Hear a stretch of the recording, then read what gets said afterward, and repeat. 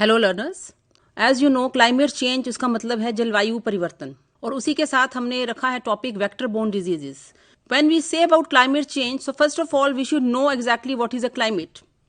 Climate change जो basically it is because of the concentration of green house gases, carbon dioxide, methane, nitrous oxide, all these gases they are increasing, and this is because of the human activities. Whatever is happening, it is happening because of humans and it is happening to humans. Means इंसानों के द्वारा इंसानों को ही problem हो रही है, तो जो भी कुछ करना है हमें अपने एंड पे ही करना है. So this climate change basically जो हमारा जो एटमॉस्फेयर है वो गर्मी उसमें बढ़ रही है और उस गर्मी के चलते it is not only the temperature which is increasing, जो रेनफॉल है उसमें भी इरेटिक पैटर्न आ गया है.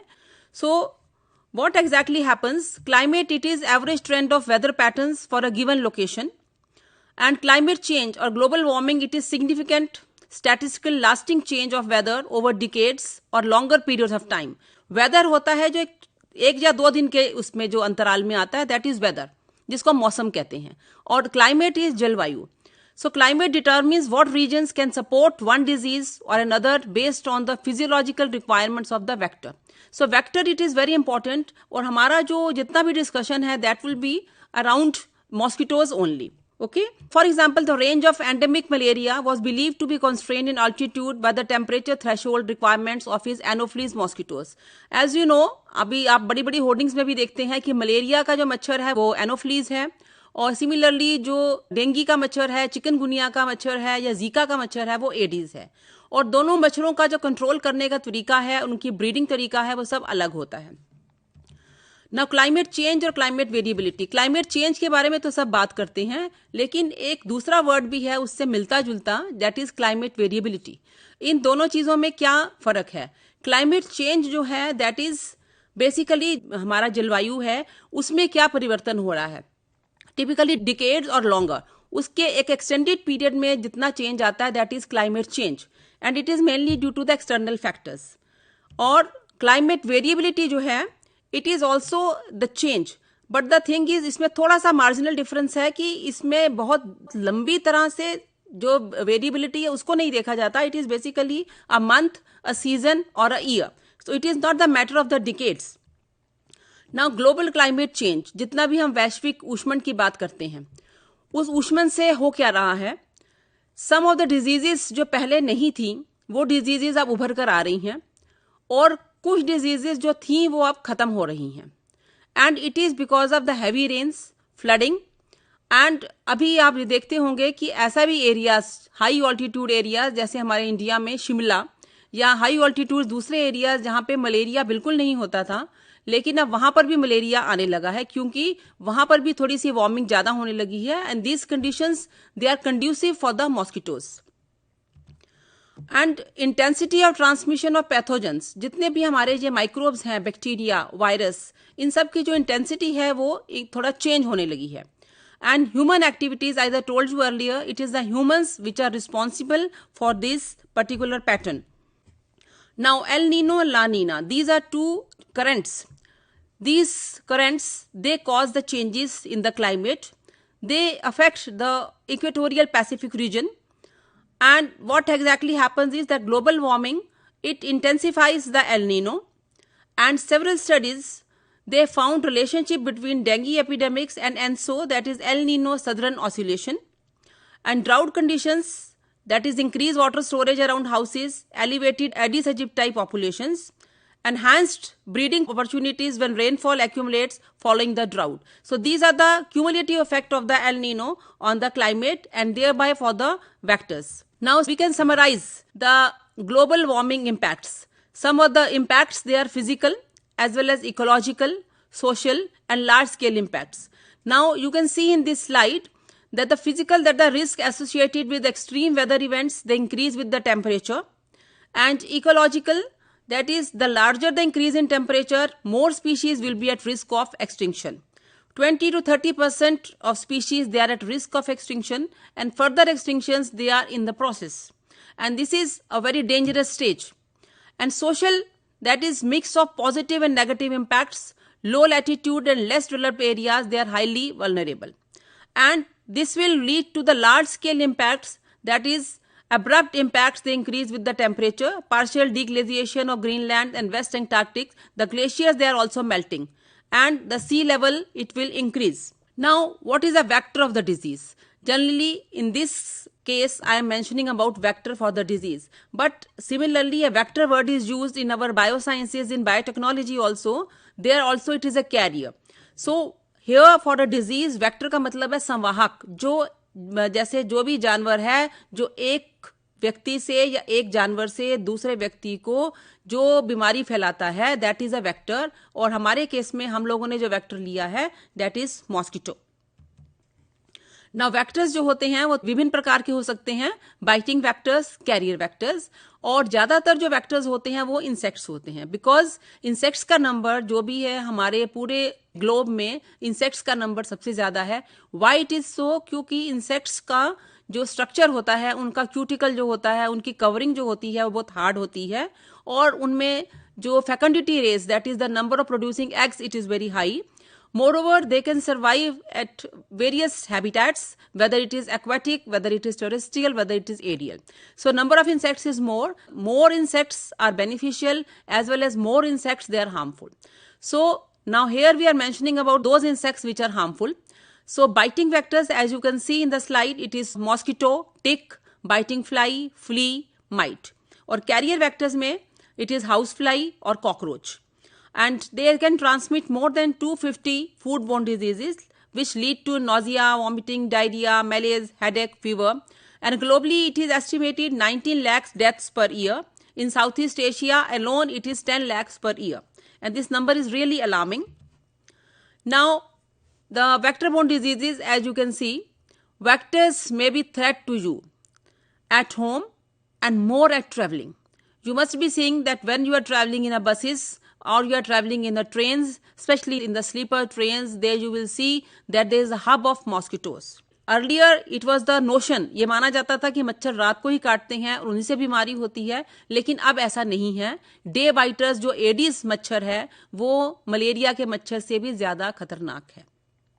क्यों? क्योंकि जैसे मैंने आपको बताया, इससे 3 बीमारियां तो मैंने आपको बताई हैं, डेंगी, चिकनगुनिया, जीका वायरस. और जीका वायरस कॉमनली जो बाकी जो इंसानों में इतना ज्यादा खतरनाक नहीं है, लेकिन प्रेग्नेंट वुमेन जो गर्भवती महिला होती है उसको अगर जीका वायरस हो जाए तो उसके होने वाले बच्चे को काफी खतरा होता है और वह किसी भी बीमारी से ग्रसित हो सकता है. So now you can see with just 1 bite, मच्छर के एक बाइट से तरह तरह की बीमारियां हो सकती हैं, क्योंकि वो मच्छर कोई भी हो सकता है. वो एडिस हो सकता है, एनोफ्लीज हो सकता है, क्यूलेक्स हो सकता है. Malaria, leishmaniasis, yellow fever, dengue, Lyme disease, Japanese encephalitis. इसमें मलेरिया और डेंगी जो हैं वो इंडिया में बहुत ज्यादा उसमें पाए जा रहे हैं, और leishmaniasis, yellow fever, Lyme disease ये बाहर की कंट्रीज में है, और जापानीज एंसेफेलाइटिस जो है वो भी इंडिया में कुछ स्टेट्स में पाया जाता है, जैसे उड़ीसा में, राजस्थान में. नाउ क्लाइमेट चेंज जैसे है, it creates the new risk for basically many vector-borne diseases. Generally, vector-borne diseases are called as VBDs, which are transmitted to humans through the bites of insects. And common vectors are mosquitoes, ticks, and flies. In vector-borne diseases that you can see, disease that results from infection which transfers to human and other animals by blood-feeding arthropods such as mosquitoes, ticks, and fleas. You can see the various photographs here. And dengue, West Nile virus, Lyme disease, malaria, they are the common diseases. The most common vector-borne disease, that is malaria. It kills about 1.2 million people annually. Mostly African children, they are under the age of 5. It is very important to note that Africa जो country है उसमें सबसे ज्यादा malaria के cases होते हैं, और वो भी छोटे बच्चों को, जब 5 साल से छोटे बच्चे होते हैं. नाउ द क्वेश्चन इज कि अफ्रीका में ही सबसे ज्यादा मलेरिया या मच्छर से रिलेटेड डिजीजेस क्यों हैं? आपको मालूम होगा जीका जो डिजीज है वो भी अफ्रीका से ही आया है, क्योंकि वहां का जो क्लाइमेट है it is very conducive for the mosquito breeding. So Africa is the hub for all these diseases. And dinghy fever, आजकल सभी लोग जानते हैं डेंगी में जो प्लेटलेट्स का नंबर कम हो जाता है, और डेंगी उसके साथ डेंगी हेमोरेजिक फीवर जब हो जाता है तो it becomes very lethal and it causes death also. Dengue जो है itself it doesn't cause the death, dangerous हो सकता है लेकिन it does not lead to death. Now climate change, it affects our environment, human health, livelihood, and It expects to cause 250,000 additional deaths in 2030 to 2050. It is predicted, because now there are many models because of which we can predict, and this is predicted, this much additional deaths will be there. Populations from low income countries, they are at risk. And vector-borne diseases, they are illnesses that are transmitted by vectors, which include mosquitoes, ticks, and fleas. They can carry infective pathogens. Pathogens are virus, bacteria, protozoa. Now here you can see vector-borne disease dynamics. You can see in the center it is humans, because जैसे मैंने mention किया कि जो भी बीमारी होगी वो humans को होगी, और जो कॉज होगा वो भी ह्यूमन होगा. तो इसमें आप देख सकते हैं लेफ्ट साइड पे आपको वेक्टर्स दिखाए गए हैं, जिसमें मॉस्किटोज और टिक्स की फिगर्स दी हैं. राइट साइड पे पैथोजेंस हैं, which are bacteria and virus. Humans के अंदर वो वेक्टर और पैथोजन किस तरह से अफेक्ट करते हैं? It is because of their life span.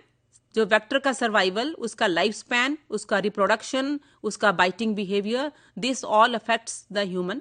Similarly pathogen, उसका सर्वाइवल, उसका ट्रांसमिशन, रेप्लिकेशन इन होस्ट, कितने टाइम में वो होस्ट में रेप्लिकेशन कर सकता है.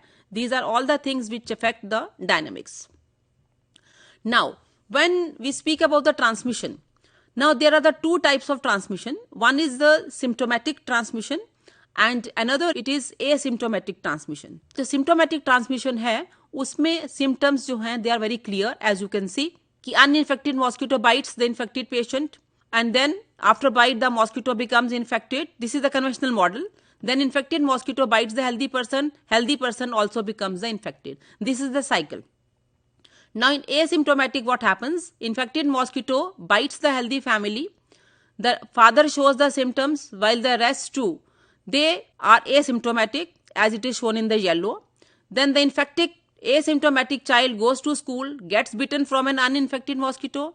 Infected mosquito bites another healthy individuals in the surroundings, and among the infected individuals, some become symptomatic, which are shown by red, and other remain asymptomatic. This is a very complex cycle, but this is happening in the nature.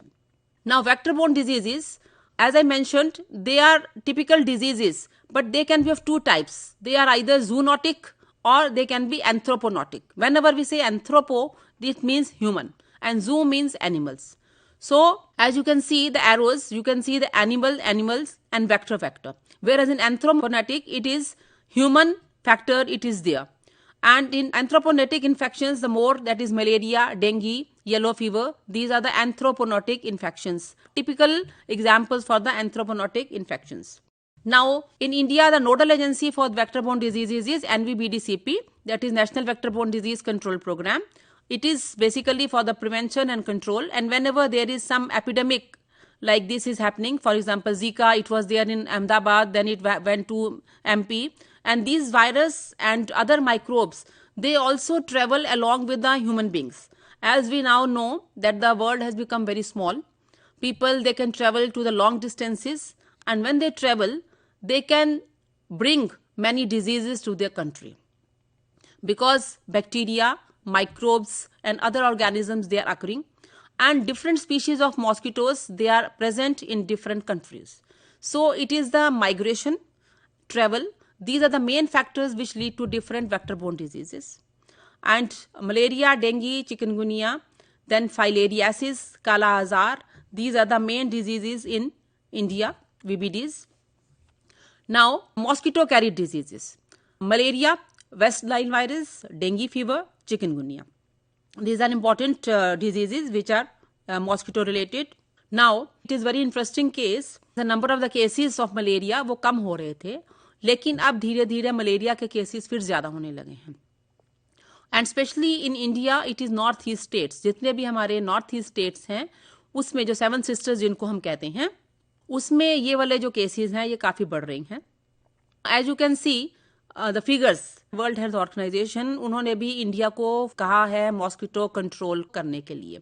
So India is also planning on the same way कि श्रीलंका ने किस तरह से अपना country को malaria का free घोषित कर दिया, तो हम लोग भी उसी तरह से लगे हुए हैं कि हम मच्छरों को किस तरह से कंट्रोल करें.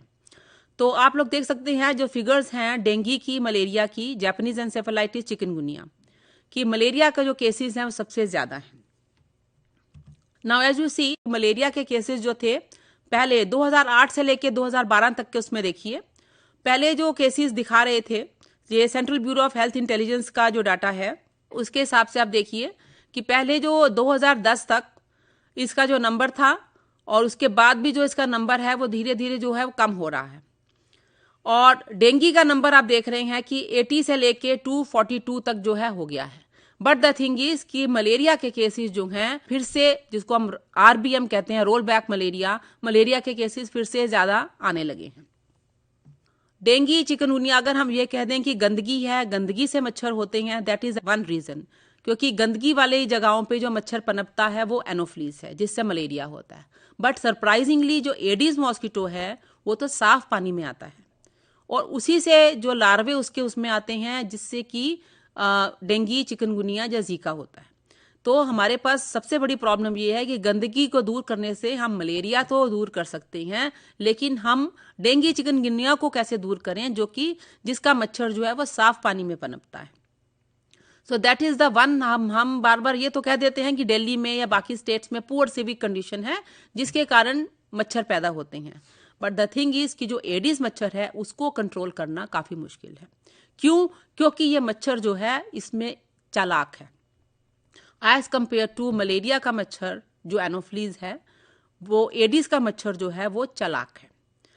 ये बात दोनों में है कि इट इज फीमेल मॉस्किटो, जो मादा मच्छर है वो ही दोनों में काटती है ह्यूमंस को। मादा मच्छर क्यों काटती है? क्योंकि उसको अपने एग्स डेवलप करने होते हैं। एग्स डेवलप करने के लिए उसको ब्लड या खून की जरूरत है। जो मेल मॉस्किटो है या नर मच्छर है वो तो जो फूलों का परागण होता है, पॉलन ग्रेन्स होते हैं, उस पर सर्वाइव कर सकता है क्योंकि उसको सिर्फ अपनी लाइफ देखनी है। But female, she has to give birth to other, अपनी उसको जनरेशन प्रोड्यूस करनी है। तो उसको जनरेशन प्रोड्यूस करने के लिए उसको खून चाहिए होता है, तो उस खून को ही उसको चूसना है, अदरवाइज उसको प्रॉब्लम है। तो अभी तक हमने आपको ये बताया है कि VBDs क्या होते हैं और उनके पैथोजेंस कौन कौन से होते हैं और उसके बेसिकली कॉजेज क्या हैं, कि किस तरह से वो आगे अपने आप की जो अपनी जनरेशन्स है वो किस तरह से बढ़ाते हैं और इनके सबके बढ़ने के कारण क्या है, क्लाइमेट चेंज से उनका क्या रिलेशन है। लेकिन अभी आगे जो हमारा सेशन चलेगा, अभी हम उसमें आपको ये बताएंगे कि जो विभिन्न फैक्टर्स हैं, जो रेनफॉल, टेम्परेचर इंक्रीज, इन सब से उनकी लाइफ साइकिल में क्या फर्क पड़ता है मच्छर की लाइफ साइकिल में, जिससे कि तरह तरह की डिजीजेज जो हैं वो आगे आती हैं और आगे कौन कौन सी डिजीजेज आ सकती हैं। तो मच्छर जो हमें दिखने में बहुत छोटा दिखता है, लेकिन और दूसरी बात यह है कि पर्सनल प्रोटेक्शन मेजर्स, कि आप अपने को किस तरह से मच्छर से बचा सकते हैं, चाहे उसमें वो आप घर पे हो चाहे आप बाहर हो। मच्छर जो है वो लो टेम्परेचर हो या हाई टेम्परेचर हो, उनके अंदर सिर्फ टेम्परेचर से रिलेटेड ही चीज नहीं है, उसके अंदर सिर्फ जीन्स, जो अंदर जीन्स में म्यूटेशन हो रहा है उसके चलते भी वो किसी भी टेम्परेचर में, किसी भी एटमॉस्फेयर में, किसी भी हैबिटेट में रह सकता है। तो वो जो है उनका जो उन्होंने अपने आप को एक्लेमेटाइज इस तरह से कर लिया that they can survive anywhere. So it is basically a fight between man and mosquito and this will continue. Generally हम लोग सोचते हैं कि हम इंसान हैं तो हमारे अंदर दिमाग ज्यादा है इसलिए हम मच्छर को कंट्रोल कर लेंगे, but at the same time we should not forget कि गॉड, भगवान ने ही मच्छर को भी बनाया है, इसलिए मच्छर के सर्वाइवल के तरीके भी जो हैं उसके अंदर हैं। तो ये जो जंग है ये चलती रहेगी and if you have any doubts you can send the messages, you can talk to us. I thank you.